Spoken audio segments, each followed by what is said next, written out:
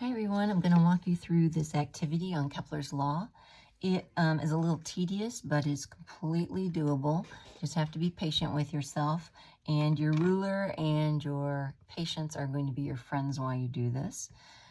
What it's going to do is do graphing on a polar coordinate system rather than a traditional XY coordinate system. So normally when you've been asked to graph a point, you're given a coordinate pair like 2, 3, and you go 2 over in the x-axis and up 3 on the y-axis, and you land on a point. But another way to do that is to think about that as the endpoint of the hypotenuse of a triangle. And so I could tell you how long the hypotenuse is and what angle to elevate it to, and that would get you to the same point as well. And so this experiment uses what's called polar coordinate paper. And so what you're going to do is you're going to graph based on the angles, which are here on the perimeter, and a distance. So you're going to use a vector or a length or a radius. Those words can be used interchangeably. And then the angle will be marked off by these degrees, and that will land you on the point. Now, one of the tricky parts is deciding what scale to use. So I'm going to give you two options, and just take one and run with it. First of all, it says to orient the paper so that 0 is at the right. So for me, that looks like this. It's probably on your left. So there's my 0. And the sun is at the center.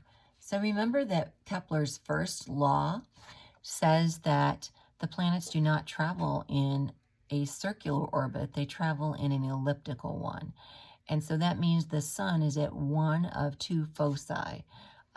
There's a second foci that's mathematically present but is physically absent. It's not a planetary object in any way. And so the sun needs to be marked. And so it says mark it in a way that you don't cover it up. I believe that's what it says in step 1. It says put the 0 at the right and locate the sun at the center of the paper without covering it up. So I just highlighted it with yellow. And we're going to mark off our points by the radius and the angle.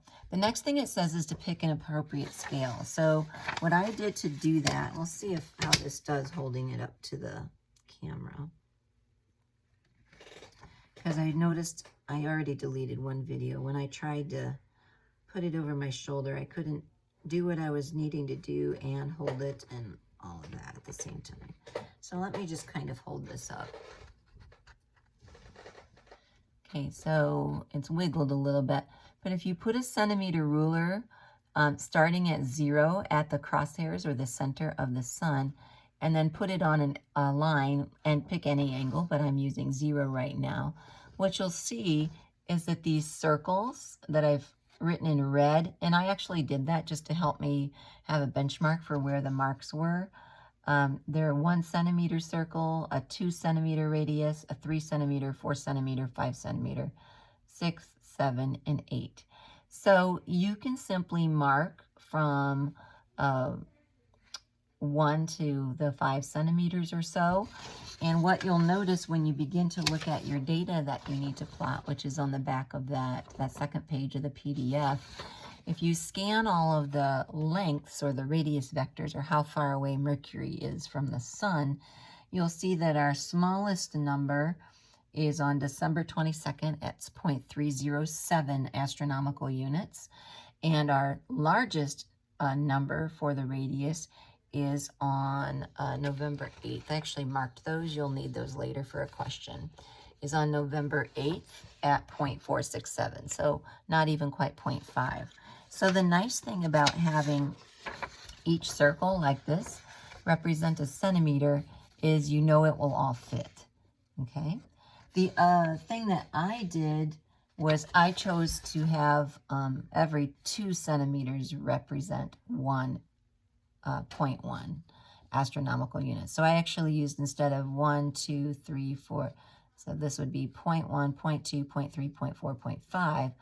I did 0.2, 0.1, 0.2, 0.3, 0.4, and it only went a little bit over 0.4 out here. And so I just had to draw some things off of the edge. But since everything was based on centimeters, I just used my centimeter ruler and measured out where that would have landed. So I did an expanded form, so that's what you're going to see when I do it. I like things to take up as much of the paper as possible, but it's perfectly okay to just use 0.1, 0.2, 0.3, 0.4, 0.5, okay? Then you're going to begin plotting every point.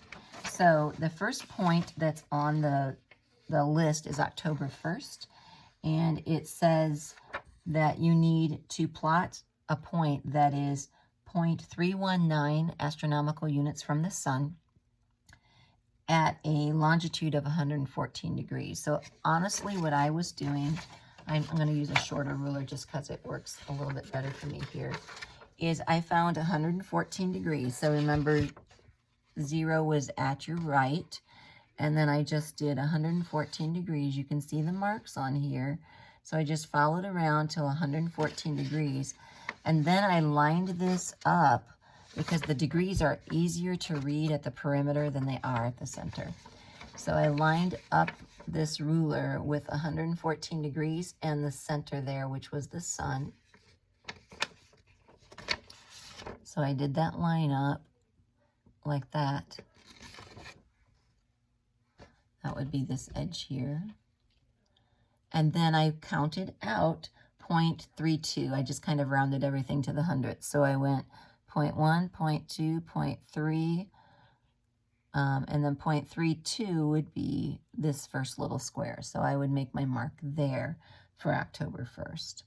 And then you just wedge this out until you get to 126 degrees and kind of fan it out again until you get to the 126 mark. And then go out the length that it requests. And this is where having your circles highlighted are going to help you count.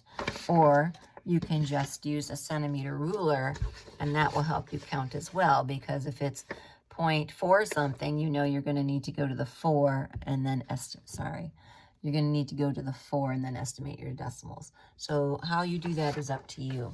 So plotting it takes the longest time. And remember, I did mine on a twofold scale. So mine looked like this. So this orange line here is Mercury's orbit from October 1st to December 30th of that 1990 year. Okay, so I ended up with a plot like that. So if you choose to use the smaller scale, which is what I showed you, like that, then yours will just be half the size. So I chose to do it like that, and then like I said, out here, I just had to use my ruler to predict where the dots would land once I had them lined up. So I just lined up the 0 here, and I knew that this was, so again, I did 0.1, 0.2, 0.3, 0.4. So some of them that went past 0.4, I had to measure from here to here, but I had my ruler there anyway, so I just lined it up. So it really wasn't a big deal. So you can see I made myself a little code as to where the 0.1, 0.2, 0.3, 0.4. But honestly, once I started using the ruler, I really kind of ignored it. Okay, so getting the plot done is going to be following steps 1 through 5 of the procedure. So procedure 1 through 5, 1, 2, 3, 4, 5, and you'll use all of this data, and that will get you the entire year. You'll start to see at the end when it starts to repeat numbers for a couple of data points. Okay, so that is part 1. And then it asks you on question number 1 under the analysis,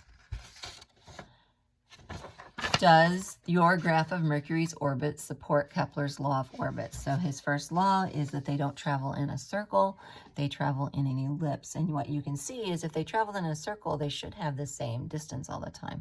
They don't have the same distance all the time. So one would hope that your data supports Kepler's law, that it's an ellipse. And then number 2, I'm going to coach you through that. Number 2 says, draw a line from the sun to Mercury's position on December 20th. And so I did that. So it will probably be backwards to you, but I just took my ruler and lined it up and drew a line connecting the sun and the point on December 20th. And then it says to do it again for December 30th. So this is in reverse, so this is backwards. So this little wedge here represents what arc Mercury curved out from December 20th to December 30th of 1990. And if you remember, Kepler's law says that this area, represented by those 10 days, will be the same as the area represented by another 10-day period. So the first thing that you're asked to do in step 2 is find the area. And so what we do in these situations is we assume that it's nearly a circle. So if it was a circle, we would use pi r squared, and we would say, well, we're not using all 360 degrees, we're using part of those degrees. And so you would take the fraction of the degrees that you are using. And so that formula is here. I'll give you a few written pointers as well. That formula is here. So you take the degrees that you're subtracting, which are on your table. So it's that 126 for December 20th minus that 65. And then figure that out divided by 360. And then multiply it by pi r squared. Now, you might be going, what radius should I use? Because there's a different length on December 20th than December 30th. I just estimated what it would be on Christmas, December 25th. So all the even days are there. So I just picked a number between, about halfway between December 24th and December 26th. And I used that for my radius, and I calculated my area.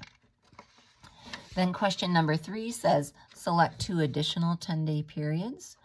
So pick any 2 10-day periods you want and do the same exercise. Subtract their 2 angles, average their 2 radii, or pick a date that's halfway in between and estimate what it would be, and recalculate the area 2 more times.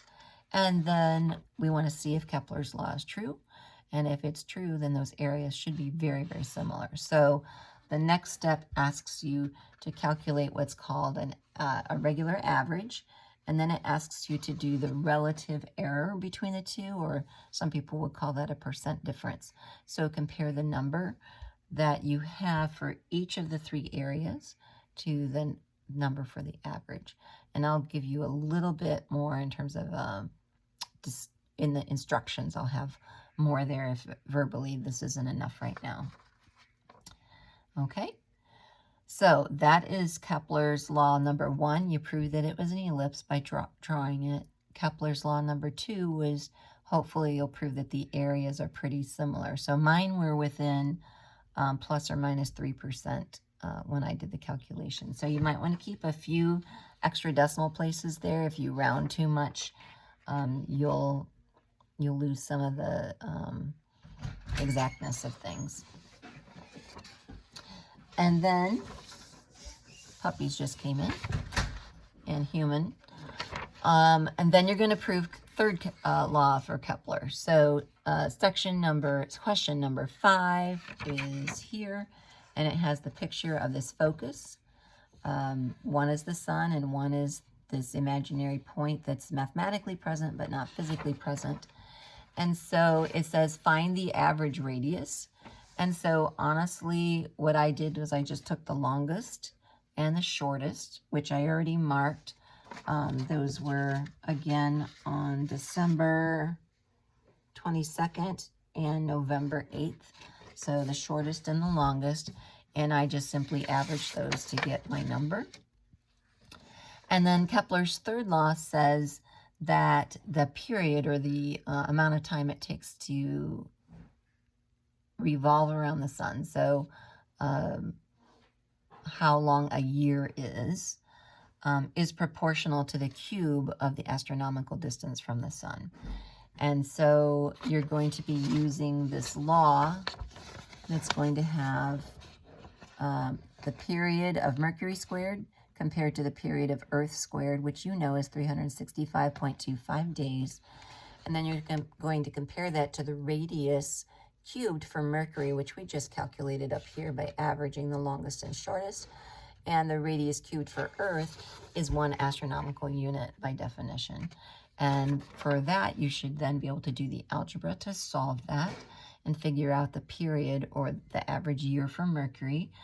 And then it just asks in question 6, does it match what you got? In other words, does it match the number of days it took to repeat the distance and the angle again? And I found that mine were pretty tight. So that is an overview.